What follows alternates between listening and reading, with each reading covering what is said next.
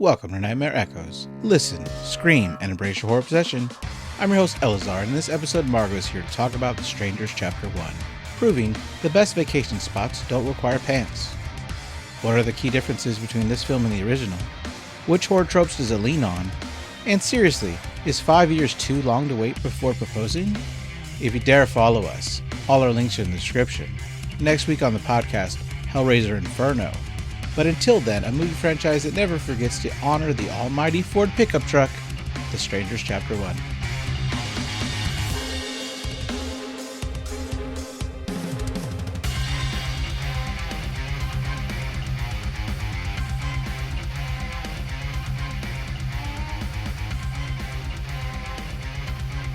Hello everybody, welcome to Nightmare Echoes. I'm your host Elazar. I'm joined again by Margot. Margot, how's it going? Hey, how's it going? Today we're covering The Strangers Chapter 1. We previously did which is not the first Strangers. So different people bought the rights Mm-hmm. and they wrote the script. What they wanted to expand the story so much that what they wrote turned out to be enough material for 4.5 hours of a film.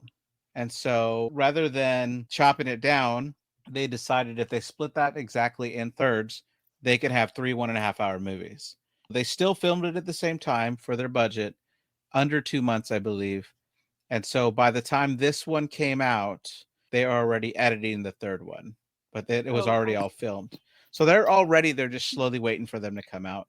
This gave me very much Evil Dead remake vibes because the plot of this one was so similar to the first one. Like, there was a lot of the same kind of things that happen. I mean, with differences.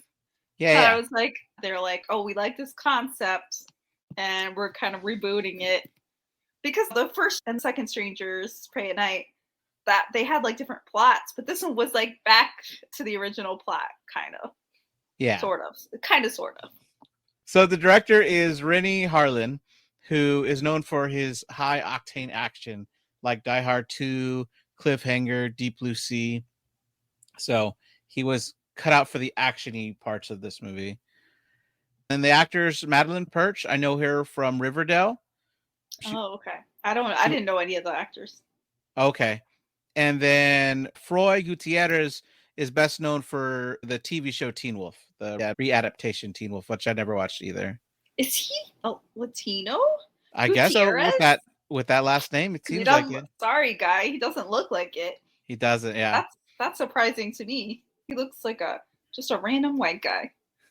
An attractive random white guy. Yeah, they're both very attractive. It's an attractive couple. They're attractive. I mean, I would say they're attractive in a generic way, and it makes sense now that they're both on teen hunk shows. Right.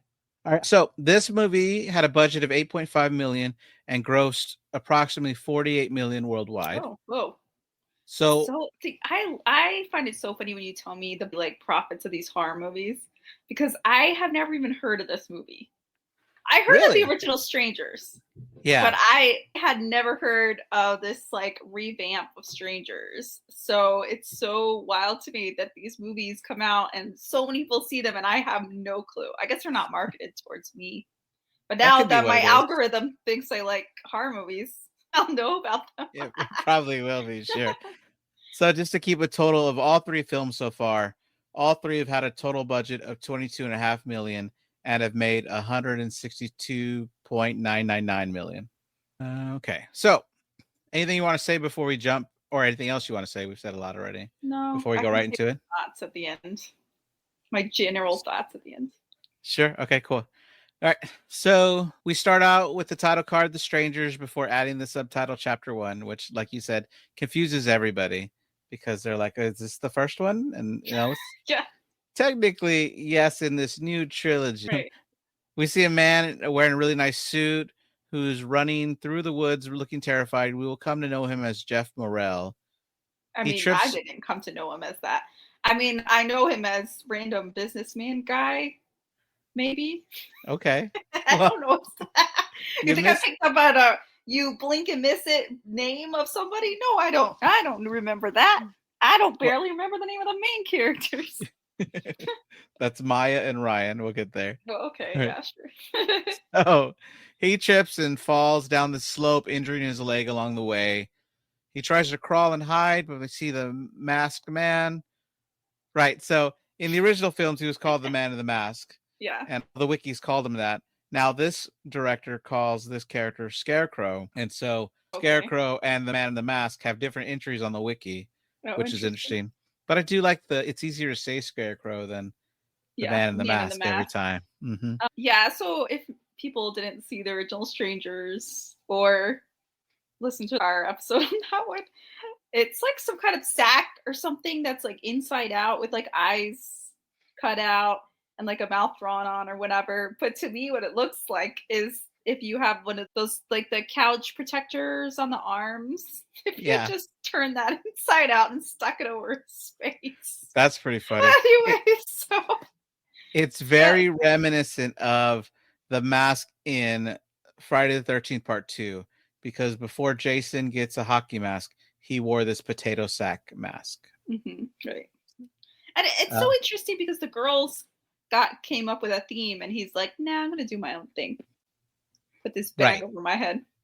Yeah, I don't want to. I think they would have porcelain doll little mask for a boy. Nah. Yeah, but he could have something else. He could. Yeah. Mask. I'm sure there's scary masks out there. You know.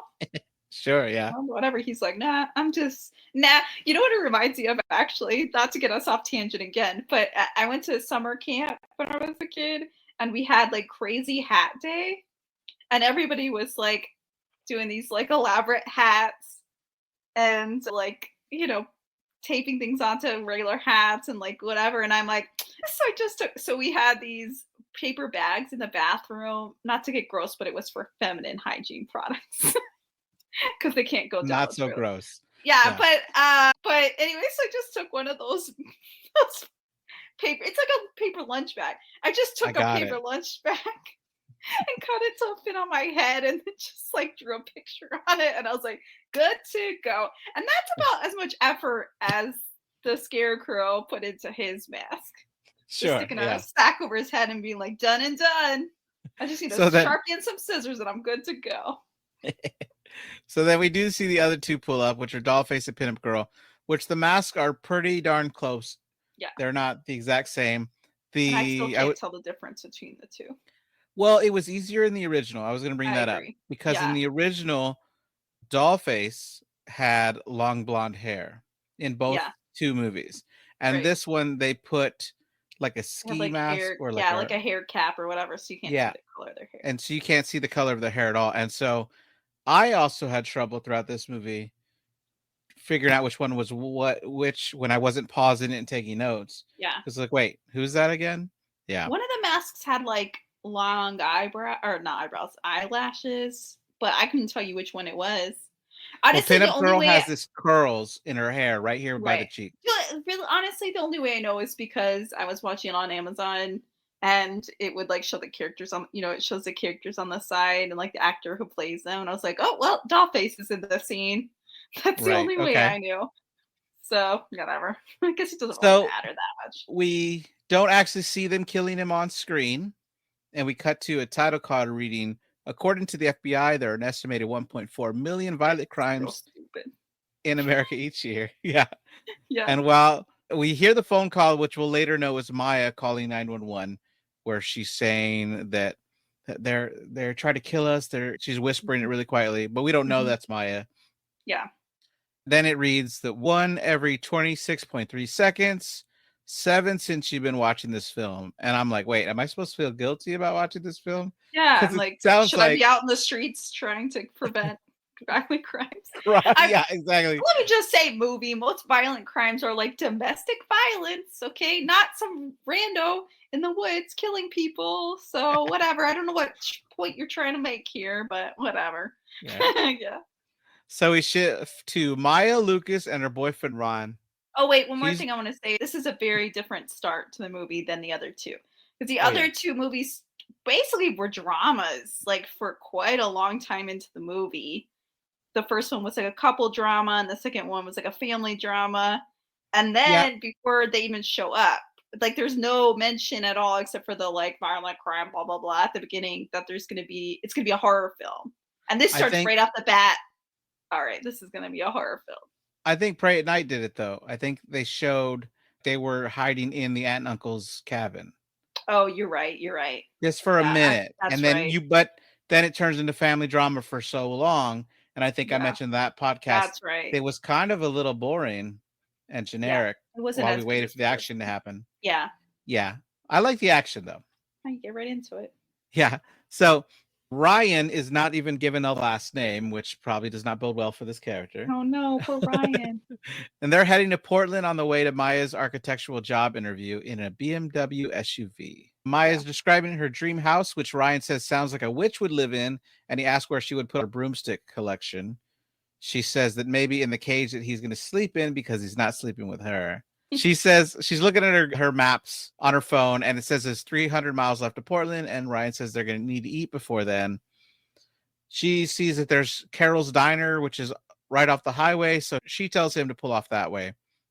She says something to the effect that she bets the people that are living there are really happy. And she asks Ryan if he knows what day it is, and he says it's the third day of their trip, but she points out it's their 5-year anniversary. He says he just picked her up on like 16 hours ago, and she's like, well, it's been the best 16 hours of your life. Then they start to kiss, and then a horn honks at them, and when they look back up, this car swerving across into their lane turns completely sideways. But if you look, they are still in their lane. Yeah, and I so agree. I'm like, what? If the yeah, movie's it was like, why? So it sounds like he wasn't paying attention and he swerved into the other lane, right? Like it's a PSA, don't kiss and drive. Right. But he does. It's not like he's swerving over while he's kissing. Yeah, like it wasn't like they were making out. It was like one kiss, and then all of a sudden, he's like, "Ooh, swerve!" No, right. It's insane. Like it didn't portray it really well at all. And then she says she's okay. They keep going, but they're both unnerved, but she can tell that he's running out of breath. So she goes back to grab his inhaler, which I heard a lot of people complain about the moment they saw this. They said it's a trope that's overused in horror movies. And so I looked up quite a few, and right off the top of my head, I thought of World War Z because they have to go to the pharmacy to pick up a bunch of albuterol in the beginning of the movie when everybody's raiding that grocery store. But it's also in Signs, It, Little Monsters, and The Monster Squad. Those are ones that I've seen that I could think of. I don't think it needed to be in there. I have to say it wasn't really that much of a plot issue. There was like except he had to go back and get his inhaler. But the thing is, when he did that, also they were like, oh, and we're hungry. It could have just been like, oh, we're really hungry. You know, it didn't really need to be in there. It wasn't like there wasn't like a point in the movie where he drops it and he's like scrambling on the ground for it. Well, you know what I mean? Like there's that scene in the woods later we can talk about where he doesn't have it. But I'm just like, it wasn't that big of a deal that I thought it needed to be in it, but also didn't bother me as far as like a trope. I'm just like, whatever. Okay. So then they lose signal, and Ryan jokes that they're in the middle of nowhere and they might die from starvation. Maya turns on what sounds like an interview voice saying that she's reported to be dead. And then Ryan jumps in saying she is, however, survived by her boyfriend. And she's like, what? No. He goes, yeah, sweetie, sorry, I ate your remains to survive. Which I thought was that's funny. Dramatic irony that he survives. Right, exactly. So this whole conversation sets up some of our like quote unquote conflict in the movie or whatever, which I didn't think was much of a conflict at all. One, that they're moving to Portland, maybe instead of the city, quote unquote, which they don't say what the city is. I kind of thought maybe it was New York City. I don't know. If they're driving, because if they were driving from LA, it wouldn't be that long of a drive. But wouldn't New York to Portland be longer? It would be more than 3 days. Yeah, so maybe they're coming from Los Angeles. Maybe. Or they flew in and drove. I don't know. But like he doesn't want to move into the country or whatever. And I'm like, Portland is not the country. You know? I mean, it's so strange. Like I'm like, you're acting like you're moving into the middle of nowhere. It's not a city like New York or LA or whatever, but it has like a lot of stuff to do there. Like, I understand it. Yeah, I think he's a little uncomfortable with the move. I think he just doesn't like these small towns on the way. Well, I wouldn't either.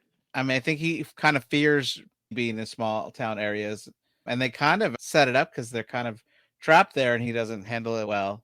Yeah. The other thing is that she takes everything positively, and he's like takes everything. And again, it doesn't really come into play. And also, he was right. So maybe they should I be think he was negative. right. He So calls. maybe they should be negative. Right, I know. Whatever. Anyway, okay.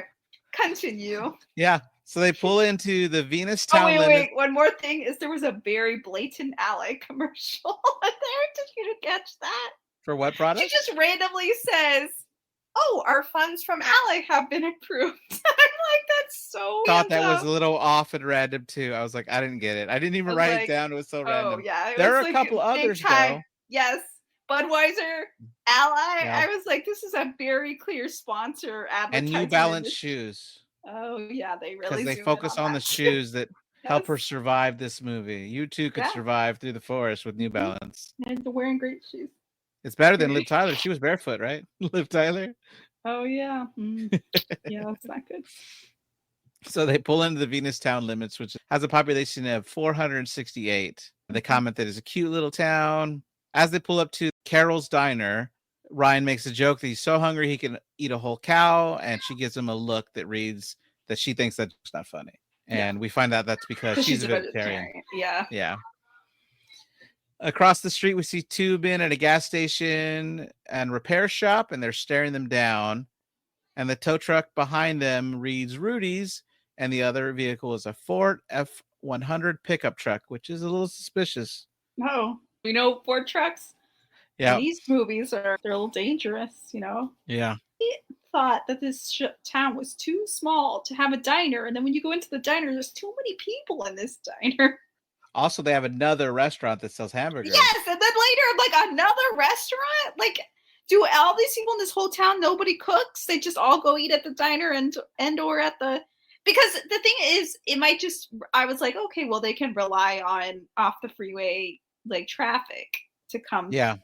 But they first off, one, they had to go quite a ways out of their way, I think, to get to this diner. And two, everybody's staring at them so suspiciously. It doesn't seem like they have a lot of like, you know, strangers coming. Sure.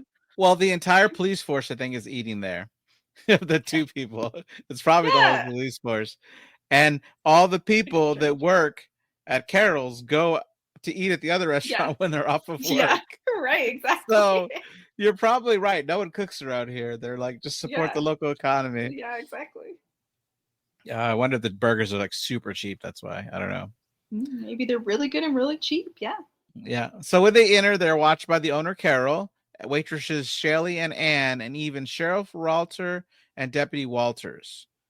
Shelley comes over to take their order. And I definitely caught every single one of these people's names. I did a lot of research. And definitely remember them. I did a lot of pausing and comparing faces, Margot. Shelley comes over to take their order, and we find out that Maya's a vegetarian. Shelley calls over to Anne, who recommends the Carol salad hold the bacon. Ryan asks if they wouldn't mind putting her bacon on his turkey melt and adding extra cheese. Maya calls him out, saying, can he not eat any healthier? And he goes, hey, this is my anniversary. A couple overhears them saying it's their 2-year anniversary, asking how long they've been married. And we find out that they're not married. They've just been dating for 5 years. So the couple is Eden and Neil. And my first thought is his name is Neil, which is from Stir of Echoes, because the little kid psychically reads the guy's name in his head that his name is Neil without ever talking to him. I just listened to that episode of this wonderful podcast. Check it out. Right. So Carol jumps in asking Ryan what the hell he's waiting for, why he didn't put a ring on her finger. And he awkwardly says, well, right now I'm just waiting on my turkey melt. Yeah, I mean, oh my gosh.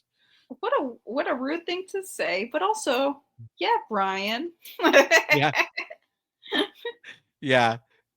We'll talk about it a little bit later, but I think he's a little clueless with that fact. Yeah. So this is like the third quote unquote conflict in the movie, because there really is no conflict between the couples in this movie. Is that she wants to get, well, we'll get into it later, but she wants to get married and he hasn't proposed.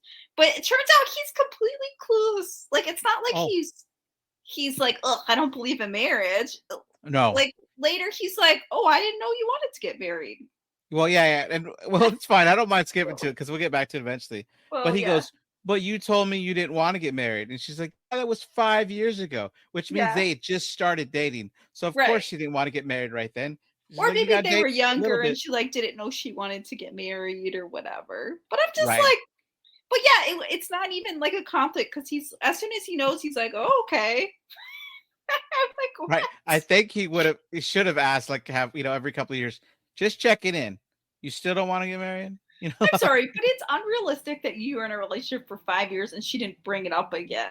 You know what I mean? This is when she brings it up for the first time. Yeah. Yeah, come on. But whatever, Right. it's Yeah. fine. So we cut to them after the meal, and Carol hands them a paper when they ask for directions and says on the back of the directions, back to the highway. And they notice a missing persons poster behind them for Jeff Morale. That's where we learn his name, with a reward for $10,000. Mm-hmm. Shelly tells them that it was some big fancy corporate guy that came through, ate there, and then disappeared. Ryan jokes that he hoped he didn't have the turkey melt, and Carol jumps in with like completely dry saying he Yeah. did. Yeah. Like, oh no. So weird, I know. Except for Shelly. Is that the name of the waitress? The young waitress? Mm-hmm. I only know because Yeah. you just said it like 5 seconds ago. She's like the only one who's nice. All the other people are so weird and rude. Well, I think the I'm like, couple, Eden and yeah. Neil, are nice. Oh, And yeah, then they are. Annie's nice Basically for all the young people are recommending. nice. Yeah, right. Exactly. Yeah, yeah. But all the older people are like really rude and like weird. I'm like, why? Yeah. You're getting business. That should be you should be happy, Exactly. right? Exactly. Would you like Jeez. dessert too? Like, yeah. Yeah, right. Like, Ugh, more money. Ugh, I don't want that. back in the car, Ryan tries to start the car. After 6 attempts, the camera is like right up against his right side, and he leans backwards to reveal that the mechanic, who we will come to know as Rudy, is standing right there, starts tapping on the window, asking if he has car trouble. So they go over to the garage. They find out that the alternator's shot. He says that he could send Dougie over to go get a part, but they're already closed, so he won't be able to do it until morning, meaning it won't get installed until the afternoon. They ask if there's a local motel. They're told it's closed for repairs, but Rudy said there's one of those internet houses, and Shelly explains that he means an Airbnb, and that it is owned by Joe Gressis. Ryan thinks it's a scam, and that Rudy caused the car trouble. Amaya sounds like she truly doesn't believe that that's true, but it's super She nice says that because, maybe it was because they swerved out of the road or yeah, something when the right. But either way, even if she did believe it, I think the right way to go is to be nice because they're the only way you're going to get out of there. yeah. If no one repairs your vehicle, you're stuck.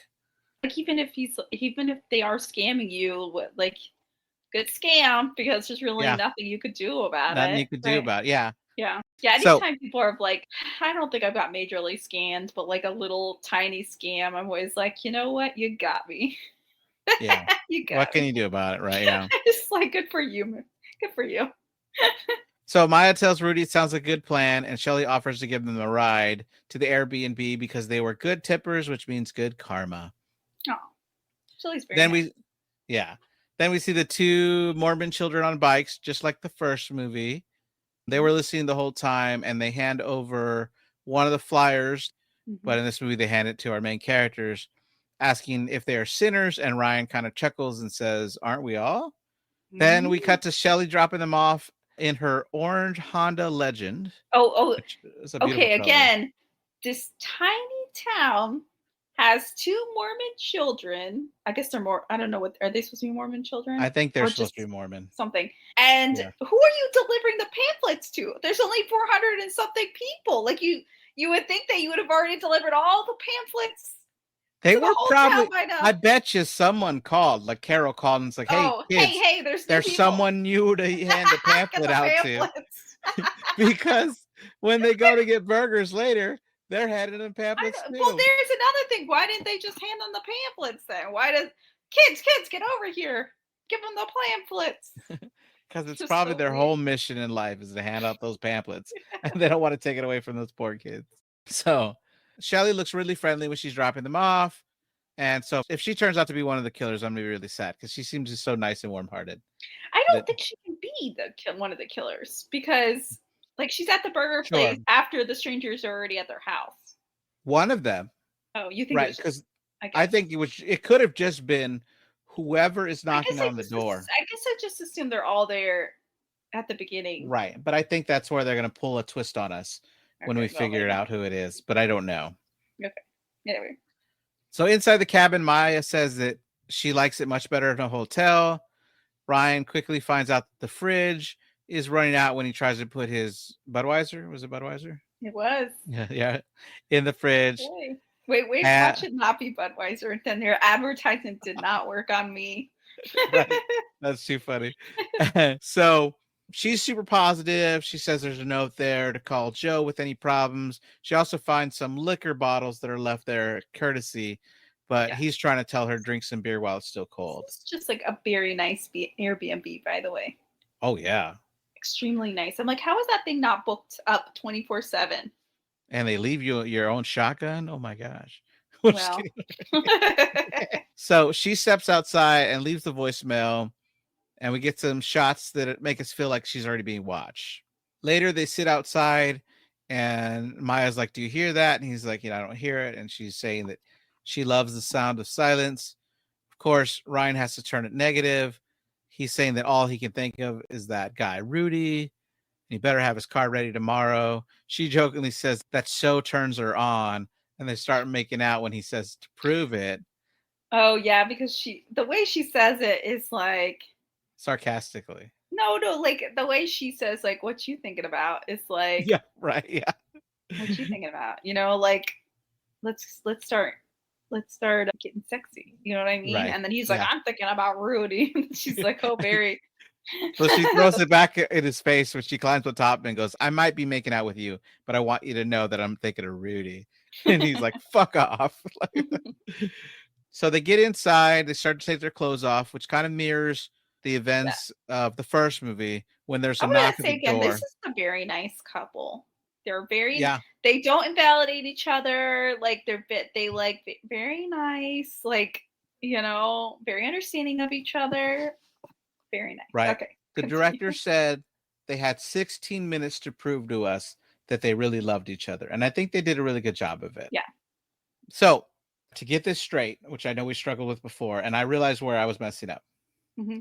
In the original movie, they say home both times. Okay. I wrote it down and I double checked it. But this one they say here, right? Definitely here. I wrote, is Tamara here? Underline. Definitely.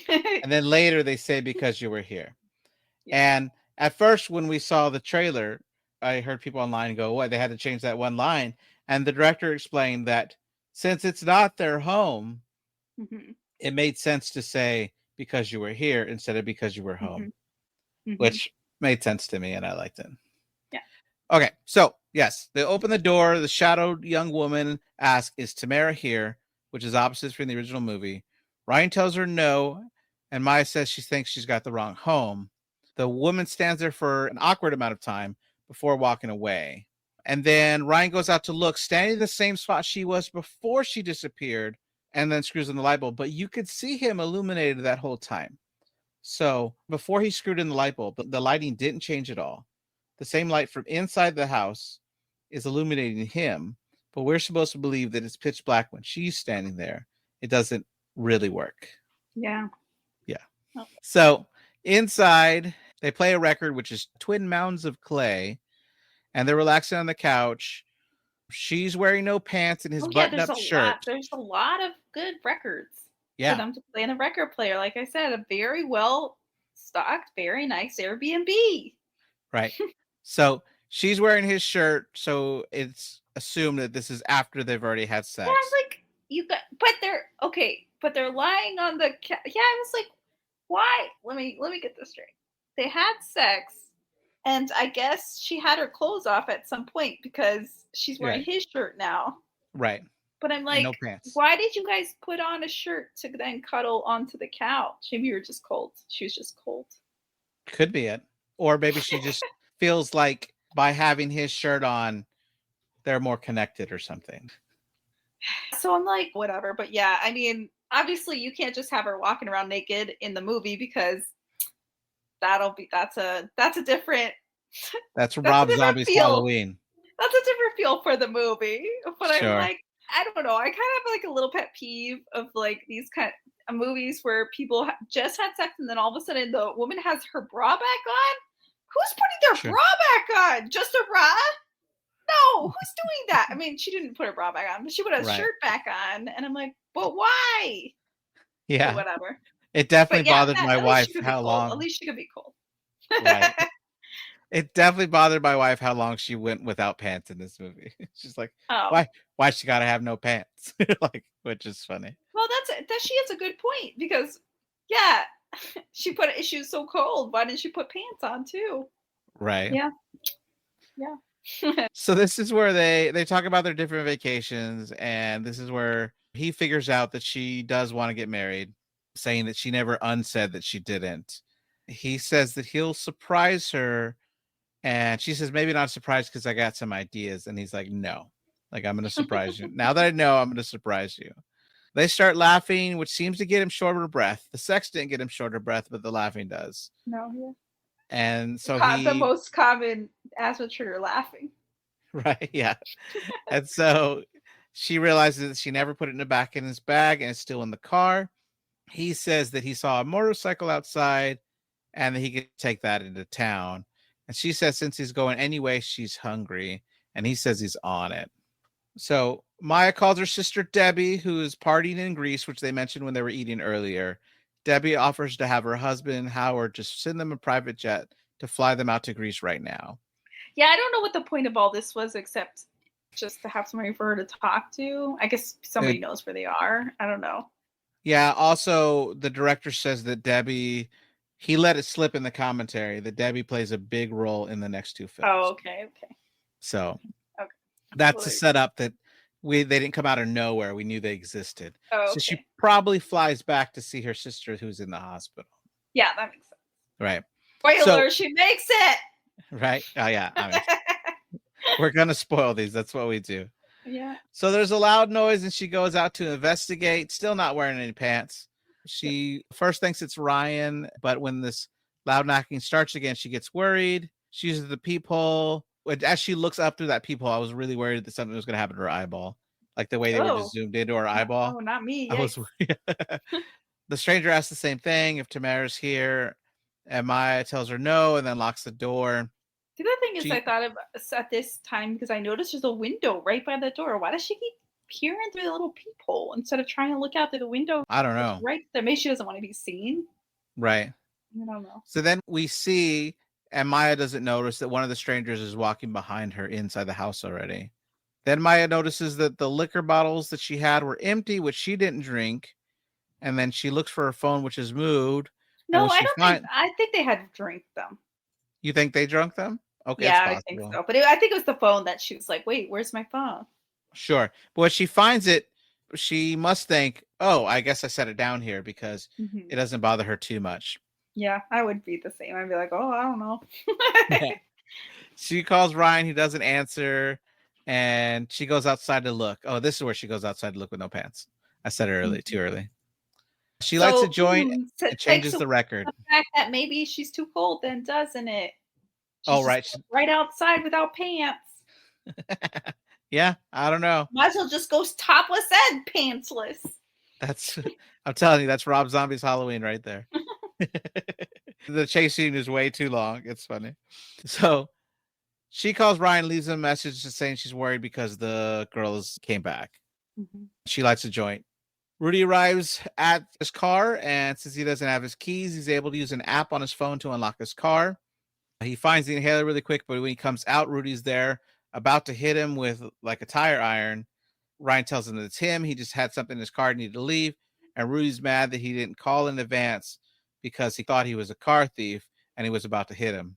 We cut to Maya playing the piano. She thinks she hears a noise, but shrugs it off. And then we see Scarecrow is sitting there watching her, which is funny because I watched it again with my family and they're like, is that his head in the corner on the left corner? I'm like, yeah, but if look up above her head, you see him in the mirror and they didn't even notice that. Oh, yeah, I noticed. Yeah. Yeah, everybody in this movie that's playing the piano plays Moonlight Sonata.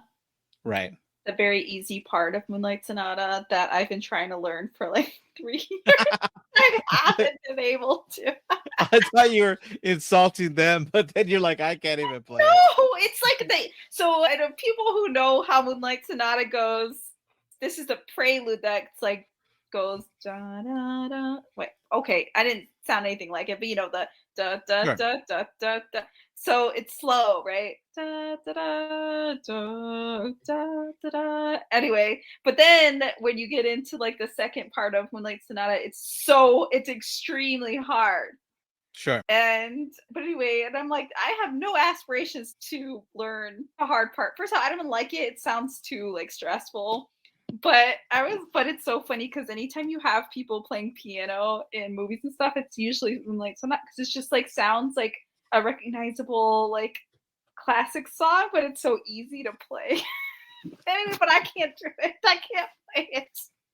You gotta stretch your hands, man. I have tiny little hands. Right, sure. Yeah. So the camera switches to her, but we never see him move, but then it pans over and he's gone. So I feel like they're teleporting. Off. Yeah, they're teleporting. So it's like just like so this is very true to the first two is that they race off. Actually, you see them racing off a couple times, which I find very hilarious. Yeah, they're very good at being extremely quiet. Except for when they're not and they're just stomping around or just zooming off. Yeah. We cut to Ryan, who's made it to Larry and Lucy's burger joint. Yeah, like you said, a second location for people to eat in this tiny town. Ed and Neil are there along with the mechanic Dougie, who his date is Annie, the other waitress who recommended the vegetarian option. They all invite him to stay for a beer, but he declines, and they say that he feels like he's too good for them. I debated for a little bit, like it would have been nice for him to stay for one, but then he's leaving his girlfrind there at the cabin. Yeah, I don't like. So that would have been. Then it would have been rude. Why they were mad? Yeah. Like he's like left his girlfriend alone. Right. And they're having like a romantic weekend, and they're like, "No, stay for a beer." I was her, I'd be so pissed. Right. Exactly. Yeah. So when he's ordering, he orders himself a cheeseburger and then orders one for Maya, but asks them to hold the meat. Lucy tries to hand him a Mormon flyer, but he tells her that he already got one. Mm-hmm. Maya's alone in the shower after she's already had that visitor come twice. What the F? That shower was so nice. Yeah. Like, that guy put in some money to renovate that shower. I stayed at Airbnb and the top level room didn't get rented. And they said that anytime a room doesn't get rented, anybody below that gets a free upgrade. So we got the third best room, and the shower in there was so long and had 4 shower heads. I'm like, you could have a party in here. This is insane. Like, why do you need a shower that massive? But yeah, that's a nice shower. And this idea here was Madeline Perch's idea to add to the script. It wasn't originally in the script. She told the director that one of her fears is that every time she's shampooing her hair and she can't open her eyes, she's worried that there's a killer there in the room with her. And so they totally threw that scene in there where Scarecrow enters the room, just staring at her as she washes her hair. And then as she puts her head in and pulls it back out, he's magically ran away again, like super fast. He leaped out of the bathroom. Yeah, but without making a sound. It's crazy. As she's blow drying her hair, the power goes out. Now she's wearing pants and a small white top. She uses her phone as a flashlight. She hears some noise. She starts searching closets and finds a few animal masks. One of them is a pig mask, which I feel like is a nod to the Saw franchise. Maybe.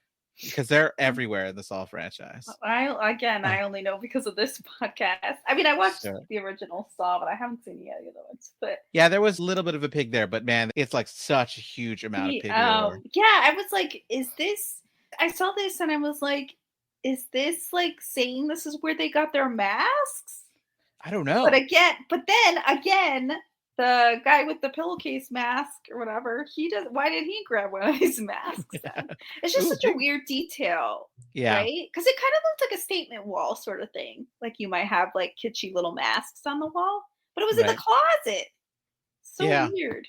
They were rotating stock, like for different seasons. Weird. Yeah. She drops her phone, and when she picks it back up, it illuminates Dollface, who's just standing there. Terrified. The other thing I want to say is she took a full shower and then came out with a full face of makeup. She's good like So that. she's washed her face and then put back on her makeup. So she'll have to wash her face when they're again. probably just gonna go to bed, right? Yeah. Yeah. Whatever. That's funny. So Dollface appeared, so she runs and hides in the closet. When Ryan returns, he finds her in the closet, but it's played as it's one of the masked killers because at no point does he yell out, Maya, are you here? Where are you? Yeah, I guess this is kind of like when their friends. Remember when their friends in Mm-hmm. the first one, their friend came to pick up what's his Yeah. name? And To pick up yeah, and James. he wasn't like, why is nobody in the room? Yeah. You know? Right. I know. It's a little silly. But thankfully Ryan does not get shot in the head. Right. She doesn't have guns, so She tells him that someone's in the house, but he's more concerned about the power, and it doesn't take him long to find the fuse box. He dismisses her encounter as a weed-induced paranoia. I think And to me, so at first I didn't get that he dismissed her at first. He's just okay. like, okay, well, I came in, there's no one here, let's fix the power. Like, I Okay. didn't get it to be like, no one's here, dumb. And then Right. to me, because I'm sure you're about to get to what he suggests, but I'm like, well, you're going to say she was like on weed, she was kind of like paranoid, and then because she describes it as like a doll face, and Right. then, or big eyes or something like that. A face with big eyes. And then in the bedroom, right next to the power fuse box, is like a painting with like a face with big eyes. So he's like, are you sure you didn't like see this? And it was dark Right. and you heard something, you know what I mean? And to me, Yeah. I'm like, fair, honestly. I was like, I Right. think that was fair. I don't think it was a point where like, No, I got it. no way. But anyway. Right. But he does say that she's in an unfamiliar house and it was pitch Yeah. black. Right. And so I go, wait, Vin Diesel's in this? Oh, if only. Right, Then they would right. have made it through big time. No, he would have been the man in the mask. The Oh, well. scarecrow. I'm safe. He's on their side. That's true. That's funny. Right as he convinces her that the doll face mask could have been that picture on the wall, then another knock comes at the door and Ryan is pissed. Maya tries to stop him and he runs outside. He sees the girl standing in the distance. He says he's going to go talk to her. But as he goes, she starts to run away really fast and she looks runs funny. Really funny. Yeah. Yes. Like the way she runs is so funny. Yeah. She has her hands like to the sides of her when she like runs out. I was like, what are you doing, girl? Yeah, it's so funny. Maybe that's how she gets her speed. Yeah, maybe. It's not Naruto style running, lean forward. Yeah, exactly. Put your hands backwards. Exactly. So he yells next time he's going to call the police. I don't know why he didn't do it already. Yeah, there's a lot of times, just like the first one, they don't do that many stupid things in this movie. Yeah. But one thing I would have called the police a long time before they, I mean, again, in this case, they just think it's a girl. There's two of them. And, you know, Ryan's probably not super intimidated by a girl. Because that's true. He's bigger than her. Like, not intimidated, but he doesn't feel threatened by her, probably. Right. I get what you're saying. Yeah. So they put on Nights in White Satin by the Moody Blues as they eat. Maya is now wearing a green sweater. Ryan uses a lot of ketchup. It's all over his face. It's also fallen to his wrapper. He acts silly. Yeah.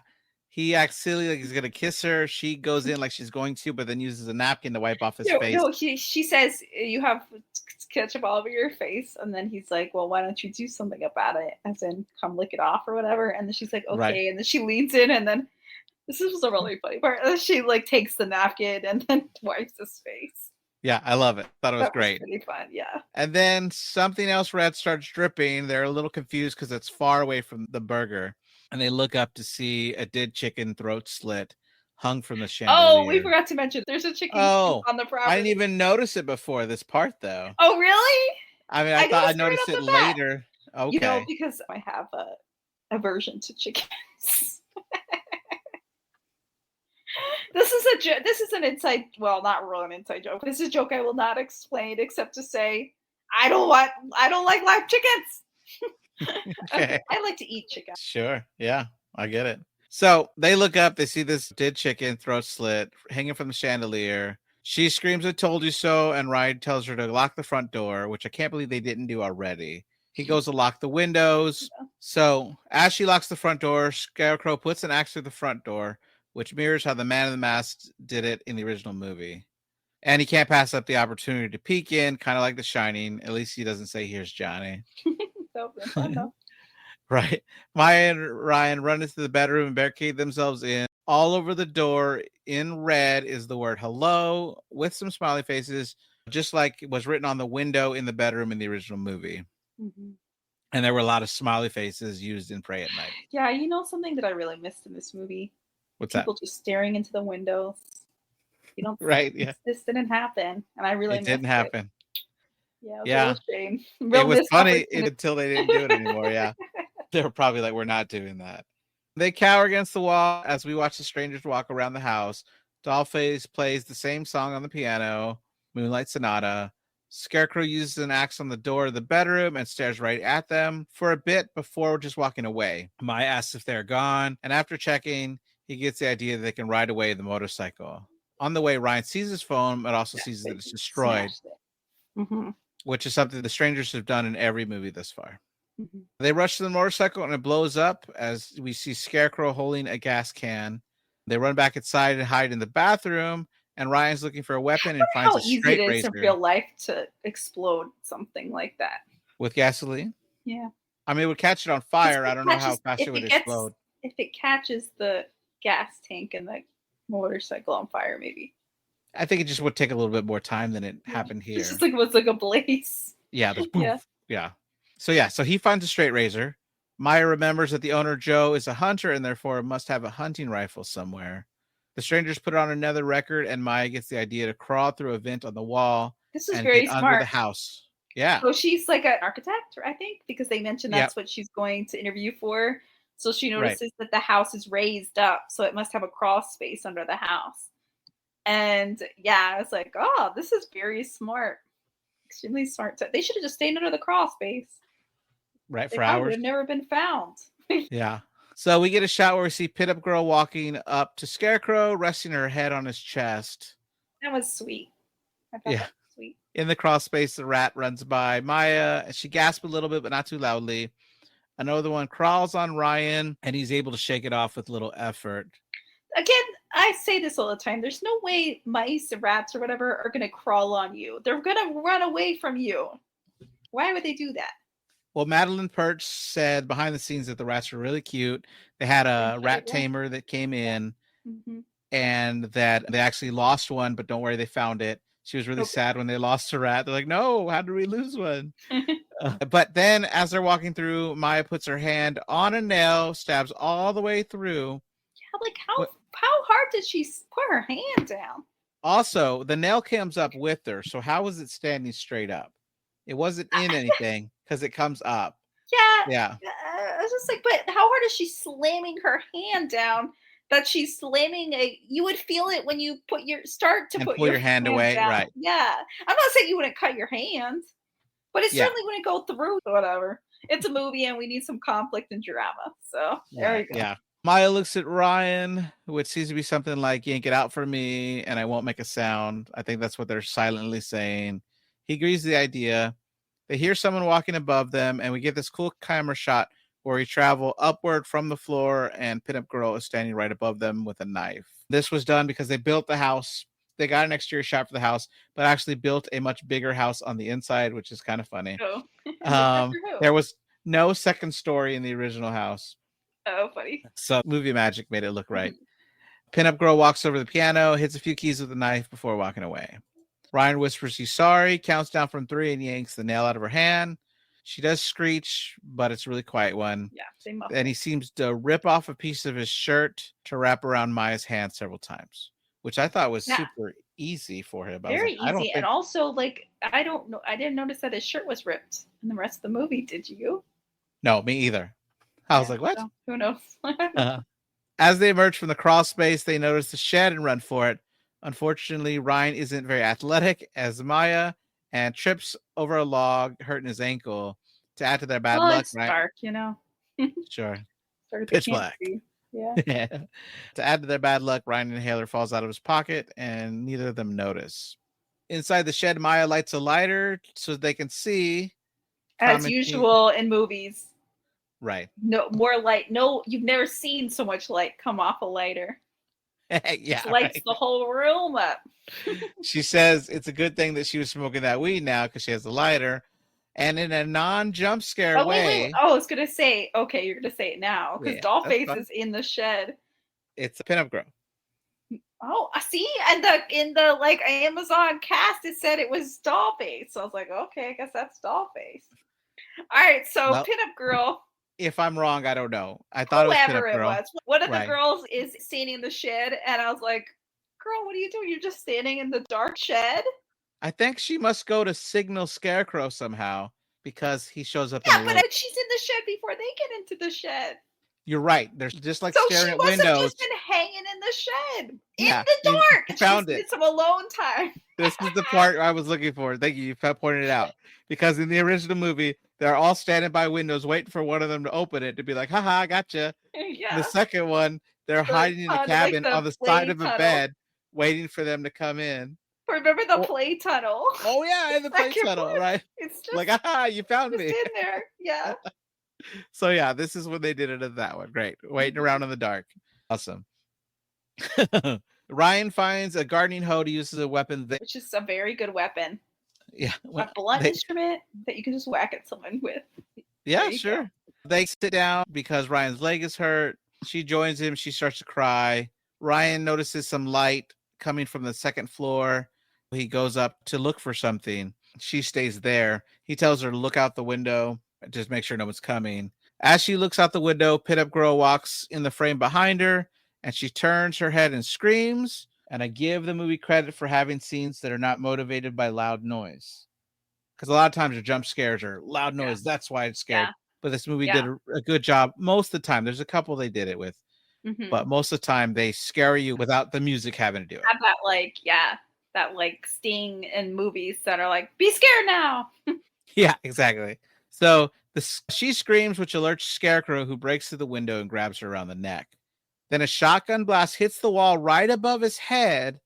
And I wanted to note that Ryan was lucky that it wasn't loaded with spread shells, because if it was, it would have killed both his girlfriend and Scarecrow. I thought the exact same thing. Also, he's a pretty good shot with that shotgun. Yeah. Why didn't he kill him? He shot so close to his girlfriend's head and did not get her. Yeah. I was just like, dang, okay. This is the guy who's described as he's a city slicker and he doesn't want to move from the city, and yet somehow he knows how to use a shotgun very well. But whatever.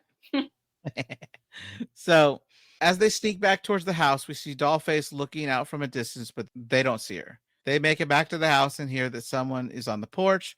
Ryan comes around, fires a shotgun, thinking he killed Scarecrow. But since he isn't wearing a mask, they quickly realize that it was the owner, Joe, who they had called to repair the fridge.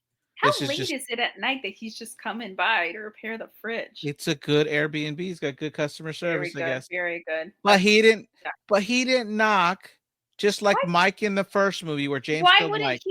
Why wouldn't he call them back and be like, "Hey, I'm on the way." I'm on the way. Too, right? Yeah, right. Well, the phone smashed. He could have been knocking like, "Hey, this is Joe. You called me about the fridge. You guys awake? I'm coming in." Yeah. So he never said that. So just like James killed Mike in the first one, he kills Joe in this one. Yeah. Ryan grabs Joe's car keys and Maya grabs his cell phone, and they run for Joe's Jeep Cherokee to drive away. Maya tries to call 911, but Dollface throws a brick through the window. Then they see Pinup Girl waiting with a knife. They start to drive away when, just like the first movie, Scarecrow rams their vehicle with his Ford pickup truck. That truck just does that. Takes a beating and keeps on it going. Right, and I can't really tell if it's the same one that they saw earlier in the movie or not. Someone online said that one of them was a F-100 and one of them was an F-150. Oh, you you got me. I don't know. Right, exactly. So Scarecrow rams him repeatedly, which pins the Jeep against the tree. Ryan legs gets pinned out. He tells Maya to run. She's able to crawl out the window. It takes a little bit to convince her. She doesn't want to leave him, but she does eventually run. Ryan aims a shotgun at the truck, but the truck is empty. Then an axe comes through the windshield, and Ryan fires, and Scarecrow dodges and then runs away. Ryan uses the butt of the shotgun against the door to free his leg. Yeah. Sprints away. This is another running away part. Yeah. Ryan uses the butt of the shotgun to smash against the door to free his leg, then uses it to push the windshield out and climb out. This is where he makes a giant mistake. because the truck is still running. The tow Yes, truck. that's what I said. And if he Yeah, had I was gotten right into down. that thing, that's like, I mean, he would have been able to do anything. That would have been He a could nice have run weapon. everybody over. He Yeah, could have Maya, come back. I got a truck. probably Right. drive it through the woods with no damage to that truck. Yeah, as long as he doesn't hit a tree. Yeah, that's what I wrote, that he could have grabbed the truck. Well, he did. In the forest, Maya's running, and Dollface is slowly walking behind her like she's Michael Myers. Yeah. Maya finds the noisiest pile of dead leaves to hide in. I call this the PETA strategy. Like in Hunger Games. Yeah, I got it. Yeah. She just buries herself in leaves. Right. But PETA could paint himself to look camouflage. She's like this bright white and red with leaves. But I don't think the movie did it apparently, but I don't think it did a convincing job of hiding her. Well, I'll say in real life, I think it would have been good. It would have worked because they didn't have flashlights. So it's just the movie lights that are illuminating her more than yeah, exactly. So yeah, okay. But I don't understand why they don't have flashlights. You'd think they would, but they didn't. But anyway, yeah, I think if it was real life, you definitely would not be able to see somebody in a pile of leaves like that. Okay. Except she was making a heck of a lot of noise. Right, exactly. And I feel like she didn't cover her face because she audience didn't cover her have to see her face. Exactly. So Dollface walks up, doesn't see her, walks away. Maya attempts to call 911 on Joe's phone and has to whisper to the operator on the other end, who really can't hear her. The phone starts to break up. She moves around to try to find a better signal. When she sees the corpse, which according to all online sources is supposed to be Jeff's body from the beginning of the movie. She decayed real fast. Yeah. Well, we don't know how long it's really been. Oh, we don't? But you're right. Didn't they say it in the diner how long it's been missing? They just said he stopped by a while back. Well, I don't think it's been years, but maybe it has. You're right. You're probably right. I don't know. Yeah, so it might not be him because maybe they killed a lot of people. Yeah, also in the commentary, they mentioned that his backstory is going to become really important to the movies in the later parts. Okay. It does sound like the operator hears and repeats back Airbnb before the signal gets lost. So maybe help is on the way. Maya climbs back out of the pile and doesn't get very far before... Why did she pull Carl out of the pile? Yeah, I don't know. But this time we do have a jump scare sound as Dollface appears, knocks her out, and drags her away while singing Rockabye Baby. Mm-hmm. We see Pinup Girl walking slowly, and we cut to Ryan, who's doing his best to run with his limp, and he's yelling out for Maya. He looks at his shell count. It looks like he has 2 left, not counting the one in the gun, I'm assuming. He becomes short of breath and hunkers down next to an all-terrain vehicle that looks like it's been there forever. Mm-hmm. We see a Scarecrow nearby looking for him. Ryan finds a mostly drunken bottle of water on the ground. He's short of breath. Puts the cap back on, twists the bottle to weaken the plastic, which makes a lot of noise. Yeah. And then he uses it to breathe in and out of. I was like, what is he doing here? Is he filling it with oxygen and then breathing the oxygen in? Is that what's happening? The director said he looked up techniques on, like, if someone doesn't have an inhaler and short of breath. Yeah. One thing they recommend is shaking the water up in a bottle, pouring it all out, and then using the moisture in the air to breathe in and out of, and it's supposed to help. Oh, okay. So that's definitely something I didn't know, but he's like, the director said he did his research on it. Yeah. So we cut to him walking before he speeds up into a slow jog, and we see Pinup Girl running to try to find him.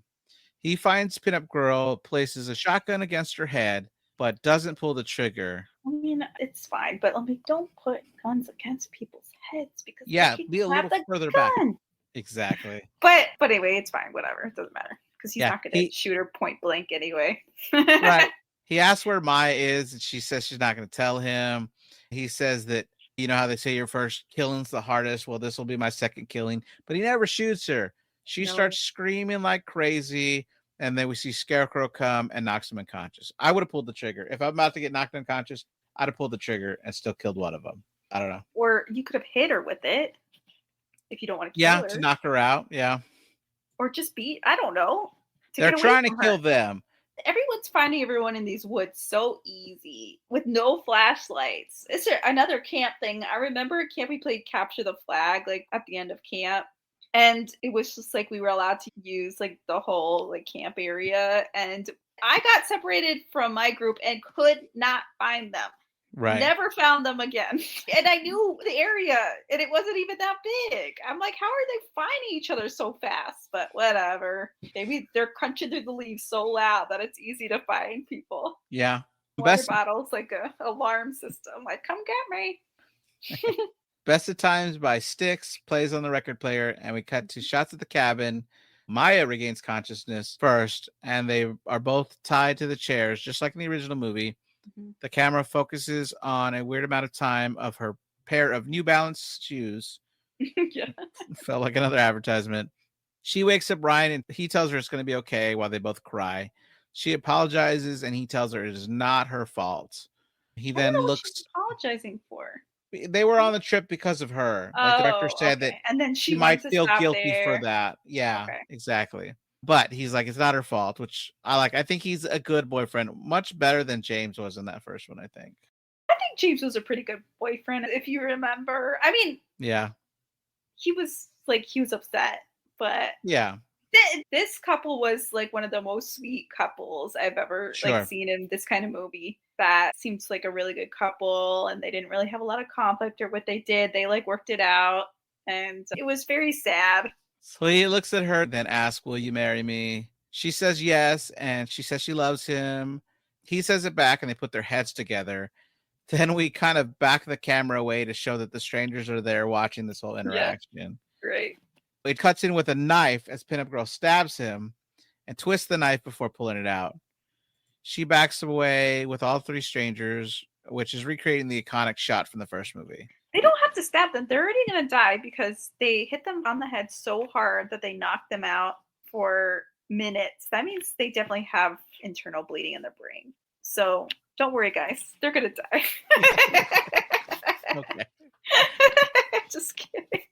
I mean, in real life, I'm not kidding, but in movie magic, I am kidding. I got what you're saying. Margo. As Scarecrow circles them, they hold hands and look at each other. Scarecrow kicks over his chair and he hits the ground, and Ryan's coughing up blood. Mine says, what do you want? And screams, answer me. She then asks, why are you doing this to us? Pinup Girl bends down in front of her and says, because you were here. What is also different about this scene is the strangers had pulled off all their masks in the original movie at this point, not afraid to show their faces to Kristen. Right, which is scary because you know they are going to kill you, right? Right. Because now you're going to identify them. There is the movie Hush does that. Like the killer. We should watch that at some point. Okay. It's kind of similar, but instead it's just one woman alone in the house. Mm-hmm. He writes on the window the excuses. I have a boyfriend coming, and then don't worry, I won't tell anyone. I've never seen your face. And then he pulls off the mask right there so she could see his face, knowing that, oh no, I'm going to die. Yeah, it's like the vampire movie we watched recently, Abigail. Sure. That they're like, don't look at my face. Yeah. But they weren't planning on killing her, but you know. Yeah. Scarecrow holds his hand out for the knife, and Pinup Girl places it in his hand. Maya looks at him and tells him, fuck you. Then he stabs her, and she screams really loudly, a scream that any final girl would be proud of. Scarecrow wipes her tears away while embracing her face. Then he kicks her over next to Ryan. Then police sirens approach as the strangers walk away. Scarecrow motions for his axe, and Dollface hands it over. We watch as they get in their truck and drive away. They turn down a side road right as the police are coming up, and I guess the police didn't notice them. Well, the way it's shot looks like they would not have seen them when they turned. Okay. I don't know. Who knows? Another difference here is that the Mormon boys on bikes do not find her. It's emergency vehicles that find them. Yeah. We cut to the hospital. We zoom in on Maya's face, waking up in a hospital bed, and there's a thunderstorm outside. As she turns over, the music intensifies, and it fades to black with a card saying to be continued. Mm-hmm. We do have some credits over the woods, the highway, the events of the movie, and we get a mid-credit scene still in the hospital bed. You didn't watch it? No, I didn't know that was there. Margo, and the other thing is, I scrolled through the credits. Like I scrolled through I scrolled through the credits because I'll tell you why. Because there was a reason why I wanted to see something, and I still didn't see it. Anyway, okay. Well, this is gonna be news to me. All right, great. So, still in the hospital bed, we see a card that reads, "Stay strong, we love you, Debbie and Howard." That's her sister and her brother-in-law. We see Maya get up from the bed and see that Scarecrow is lying in the bed next to her. More tense music, then more credits. And from the trailer for the second one, which is out already, the trailer is, I think this is a dream. I think she's gonna like get scared. Although I think a portion of this movie is going to happen in a hospital, kind of like Halloween 2. Okay. Which I think is kind of fun. But I'm really curious to see what happens in the future ones. Okay. What were you looking for in the credits? Oh, because I'm like, this is not Oregon. Oh, this sure. It's not Oregon. I'm like, where was this filmed? Anyway, I knew that. It was filmed in Slovakia. Yeah, but yeah. Like the whole time in the woods, I'm like, this is not Oregon. This looks like, to me, it looks more like North Carolina or Georgia or somewhere like that. The woods.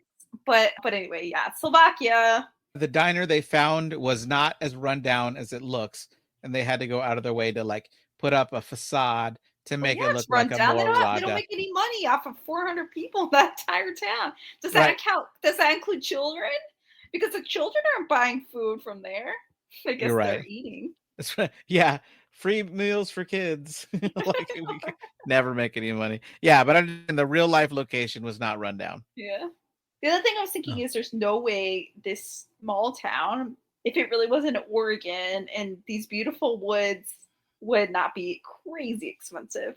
It would be filled with vacationers, not with these locals. Sure. But whatever. It's one thing that they point out in some of the special features is that the director worked on Die Hard 2 and Nightmare on Elm Street 2. So he's really good at replicating the experience of the first movie to try to follow it up. So Madeline Perch, when a lot of people were auditioning for the role, obviously, and when they approached her, they said they were looking for not just an actress, they were looking for a partner for this trilogy, someone that would work with them as a 3-part team who really is going to give their input on this film. And she proved that she can do that by returning to them. It depends who you ask. Some people say 16, some people say 21 pages of notes, all about her character and things that she thinks about her character. So they knew that she was invested for it. She also asked to do a lot of her stunts, and she didn't get to do them all, but she asked to do as many as she could. And she had fun doing the stunts. I know. But she wanted to impress she did one stunt where I don't know. She did really slammed a nail through her hand. Right. She did one stunt where the director was in one take was like, we got it. We don't need to shoot it again. And so she felt like to that director who had filmed Cliffhanger that she, in his eyes, she made it because it only took one take to do. So she was pretty happy about that. One of their big goals in this movie is they never wanted to cross the line from reality to fantasy. They wanted all to feel like it could happen in real life, which is, besides the way they run away so fast. Yeah, it's interesting. I don't know how I feel about this movie, to be honest, because it's so close to the original movie as far as the plot. Not their like relationship stuff, but like what happens as far as the strangers. That I'm like, would have I liked this movie a lot more if I had seen it without seeing the original one? Because I think the original one was so well acted and very well done and pretty and like very like scary as far as you're like, there's nothing you can do. Like, I don't know what you would do. And in this case, it's kind of similar in that way. Like, they're not doing anything stupid. Like, they have no options. They're stuck. But it's like, oh, I already seen this, So I'm like, okay, it's not really that new. Right. And then the only way it works for me is depending on the next two movies. Yeah. Because the premise they set up is they wanted to continue the story of the original one, but in a way where we can use a new actress and have this continued story. So they felt like they needed to start from the beginning to be able to continue for part 2 and 3. So I'm hopeful for part 2 and 3 to be good. And then maybe as a whole, they hope that one day they'll have like people watching all 3 in one 4.5 hour sitting. Yeah. I don't think it was a bad movie. I just like the first one was the same movie almost, and it was better. So like you can't help it. If you've seen it, you can't help but compare them, right? Right. Yeah. So anyway, but it wasn't a bad movie. I was just like, well, I know what's going to happen, basically. But and then one more thing, Madeline Perch really wanted her character to have nail polish on throughout the movie. Oh my God, I forgot to mention this. Her nail polish was so beautiful in this movie. It was like this gold nail polish. It was distracting. It was so pretty every single time I saw it. I was like, how did you get such a beautiful metallic gold color? I don't think I've ever seen that color, like, unless you get acrylic nails. I'm like, that was Bush probably has acrylic nails. It's like beautiful. Right. Well, I'm glad it worked. Like What were you going to say? She just wanted to have nice nails? Right. So she says that a lot of times in horror movies, the girls just don't have, like the final girls, don't have pretty nails. And she thinks it's a missed opportunity, I guess, for female audiences. I've never noticed it. Right? I did notice hers, though. Right. That's what I'm saying. So I think it worked based on your reaction. That's what she was just going for. And the nails never chipped through the whole thing, all running through the woods and everything. I need to find her. Yeah, everybody needs to find her nail polish.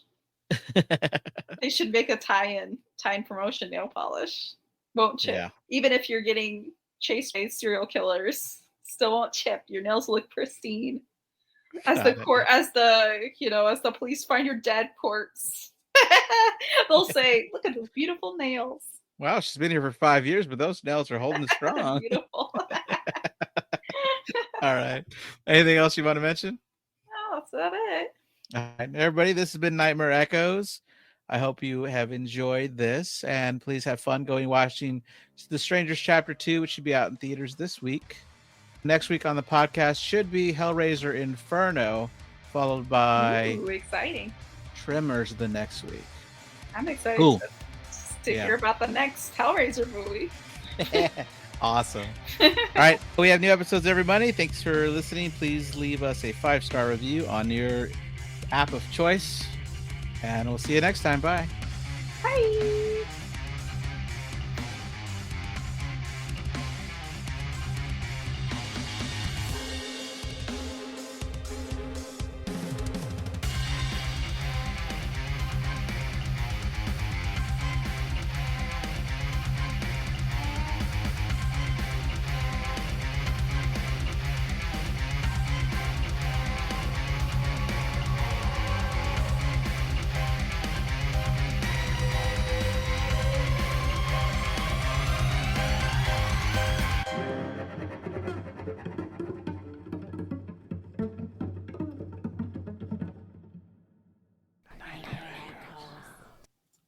Right.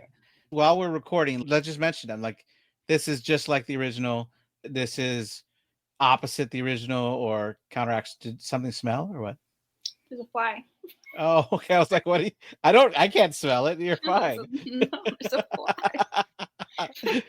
fly.